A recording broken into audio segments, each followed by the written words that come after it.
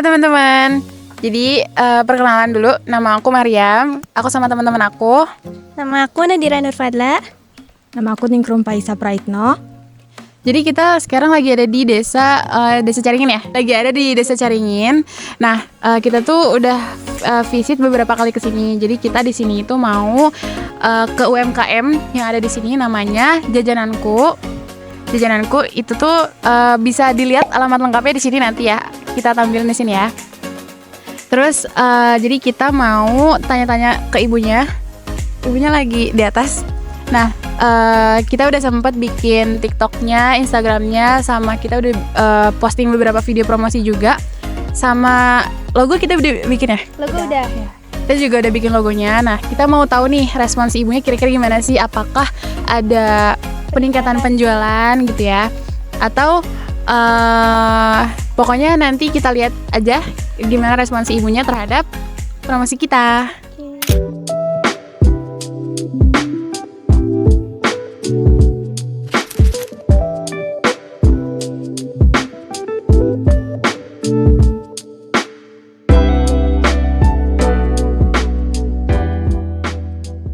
Ya, jadi teman-teman, sekarang kita ini udah sama ibunya. Dengan ibu siapa, Bu? Linda. Ibu Linda. Nah, jadi kita datang dari Universitas Pakuan ya, Bu ya. Kita juga udah pernah visit ke sini ya, Bu ya, udah pernah sekali ke sini. Jadi kemarin itu kan udah brainstorming sama ibunya juga. Cuman teman-teman dari YouTube ini belum tahu nih, Bu, kira-kira di Jajananku ini ibu tuh jualan apa aja sih, Bu? Mungkin boleh dikasih tahu teman-teman dulu. Kalau jenisnya sih saya banyak ya, kurang lebih ada 28 item gitu. Ada risol saya ngeluarin 4 risol sayur, risol ayam sayur, risol mayo sama risol mayo keju. Molen saya ngeluarin 2 varian, molen pisang sama molen ubi. Terus ada juga bola ubi, saya keluarin 2 varian, bola ubi jadul sama bola ubi coklat, itu dari ubi merah. Ada combro yang pedas. Cireng saya ngeluarin 6 varian, tapi kalau untuk di online saya ngeluarin hanya 5 aja. Kalau di rumah saya ngeluarin cireng ayam pedas jeletot, terus cireng keju, cireng kedap isinya daging asap, cireng banjur, sama cireng rujak, itu 6 varian. Cimol juga ada, terus kroket, pastel saya ngeluarin 3 item, pastel ayam, pastel bihun, sama pastel sayur. Terus apalagi ya, piscok saya ngeluarin juga, piscok biasa yang isinya coklat aja sama piscok keju. Terus apalagi ya, ada tahu walik, sempol ayam, tahu isi biasa, ada juga tahu mercon yang pedas. Itu sih saya rasa pokoknya sekitar 28 ya? item gitu. Itu semua saya bikin sendiri. Berarti itu dalam bentuk frozen atau? Iya, frozen sama jual matang. Jadi kalau saya bikin kan semua di frozen tuh. Semua saya frozen dalam box besar. Jadi sekali produksi saya bisa berapa, rata-rata sih saya bikin dari 100 sampai 150 piece per item ya. Jadi saya setiap hari produksi digilir apa yang habis. Jadi first in first out ya, ada catatannya itu. Jadi tanggal berapa. Biasanya sih kalau yang beli kebanyakan sih yang matang ya, yang dijual. Tapi saya keluarin yang frozennya juga. Tapi pada dasarnya kalau saya bikin emang semuanya di frozen, nggak ada yang nggak di frozen karena itu kan tahan lama ya, sampai sebenarnya tahannya sih sampai 3 bulan, 3 sampai 4 bulan. Tapi kalaupun ada yang beli itu dari tanggal pembuatan saya maksimal 2 bulan karena kan beda ya suhu beku di yang rumah yang beli gitu kan. Kalau saya kan disimpan dalam freezer box kan. Itu terus yang paling atas berarti yang pertama dibuat, yang baru dibuat berarti saya paling bawah gitu. Nah, nanti ada tulisannya itu tanggal produksinya tanggal berapa. Dicantumin di ada itunya, di packingnya juga ada. Itu rata-rata biasanya bukan maksimal 2 bulan sih saya keluarkan itu. Tapi nggak sampai 2 bulan sih, biasanya kayak risol mayo saya seminggu bisa 2 kali. Molen pisang karena best seller, itu yang best seller kan risol mayo, molen pisang, cireng itu saya best seller. Nah itu kalau molen pisang karena nomor 1 ya juaranya. Yang kedua risol mayo. Jadi kalau molen pisang saya bikin sekali bikin tuh sampai 400 piece. Itu biasanya seminggu atau 2 minggu sekali. Jadi saya khususkan kalau untuk molen tuh gitu. Kalau risol mayo biasanya saya seminggu 2 kali bikin. Gitu. Per itunya paling sekali produksi itu 80 sampai 90 piece. Gitu. Kalau cireng rata-rata 100 sampai 150. Gitu. Jadi kalau yang best seller sih sebenarnya 3 ya.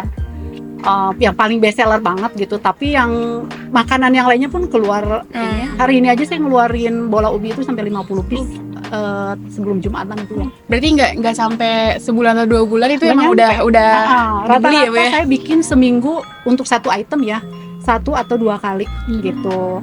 Kalau tahu isi sih paling sebulan 2 kali tahu isi. Tapi kalau untuk risol, molen, pastel itu kroket juga lumayan ya, keluarnya itu banyak. Rata-rata saya seminggu sekali atau seminggu 2 kali gitu produksinya. Jadi kalau risol mayo saya bikin kadang sampai 3 kali itu karena kan dia lembek ya mayones ya.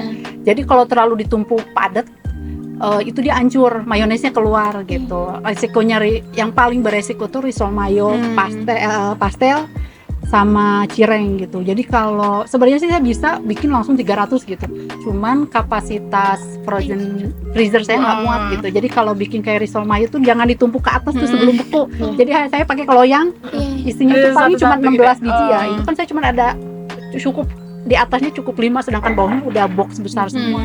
Jadi kendalanya itu doang. Kalau bikin sih saya seminggu 2 atau 3 kali biasanya gitu.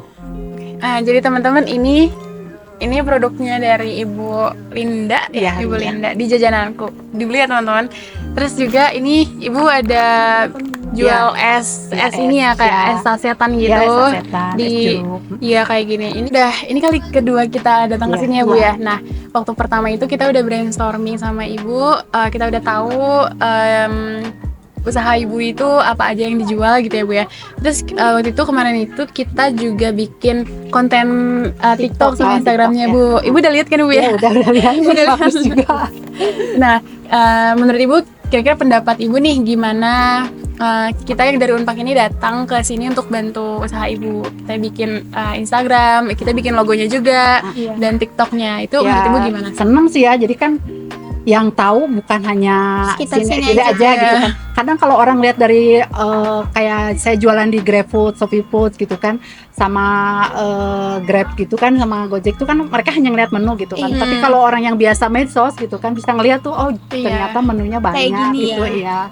Makanya kan di stikernya pun saya ada beberapa kotak-kotak gitu gambar. Jadi karena kan orang nggak tentu ngelihat cuman di aplikasi gitu. Ada yang cuma ngelihat boxnya doang yang udah dimiliki, jajanannya banyak banget gitu.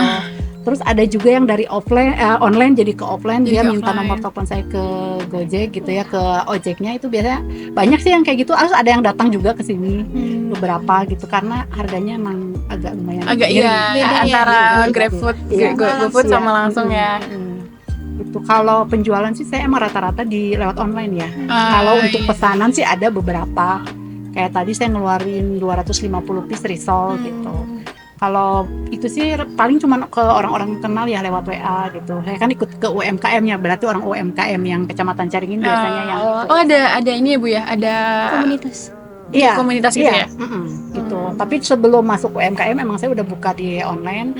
Terus kebenaran ketuanya kan waktu itu Pak Bagas nyari yang jualan risol mayo gitu. Terus saya ada, terus beberapa kali ikut pelatihan gitu. Ya membantu sih. Saya pernah dapat mesin. Tadinya saya nggak jualan itu ya frozen loh ya. Saya jualan frozen tuh hanya untuk orang-orang sini aja gitu. Terus pas begitu diajak pelatihan sama UMKM, di situ tuh dijelasin tuh cara pengemasan. Gitu ya. Pelatihan. Terus jadi tahu pengemasan yang bagus gimana, plastik yang diperbolehkan tuh warna apa gitu. Terus dapatlah bantuan mesin vakum. Dari situ tuh saya jualan. Jadi semangat. Jadi semangat lah jualan.